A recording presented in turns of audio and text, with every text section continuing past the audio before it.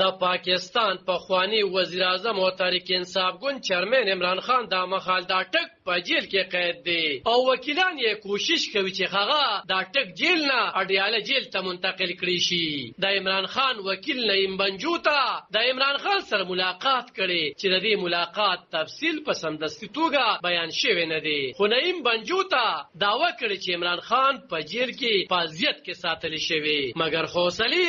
لوړې دي. تر دې وړاندې د پاکستان تحریک انصاف پی ټی آی مرسیال مشر شاه محمود قریشي داوا کړې وه چې عمران خان پاټک جیل کې په یوه کوټه کې چې نښه ضرب 11 ساتل شوی دی. د پنجاب د داخله محکمې د ذرایعو تر مخه عمران خان د سختو حفاظتي اقداماتو په وجه سره پاټک جیل کې په یوه الیده سیل یعنی کوټه کې د نورو قیدیانو په توګه ساتل کیږي، چرته چې هیڅ چاته هم د تګ اجازت نشته. ذرایع دا هم وایي چې عمران خان ته په سیل یا د جیل په کوټه کې ټول بنیادي سہولتونه موجود دي چې پکې یوه پنکه، بستره، په ټاکلي وخت ډوډۍ، چې او جدا لیټرین شامل دی. د نورو قیدیانو په شان عمران خان ته هم په هفته کې یو ورځ په جیل کې د خپل کورنۍ وکیلانو سره د ملاقات اجازه شته. اټک جیل په برتانوي دور کې جوړ کړی شوی دی او یو سکیورټي جیل ګڼل کیږي. د اټک جیل د انتظامی مطابق په خوا به په دې جیل کې داسې کسان په قید کې ساتل کېدل چې د بغاوت تور ور باندې لګېدلی وو. د پنجاب پخوانی وزیر اعلی شهباز شریف چې اوس وزیر اعظم دی،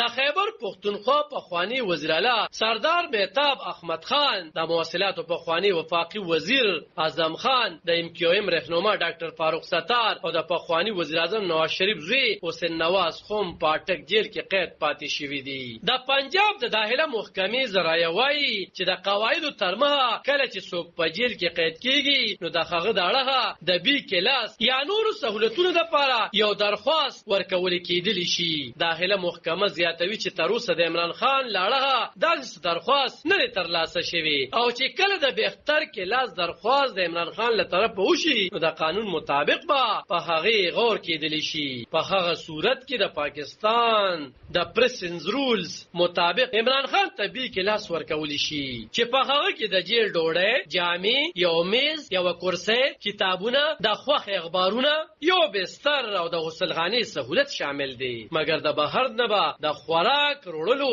اجازت ورته نه وي. عالم خان شیرپور، دلبر نیوز 400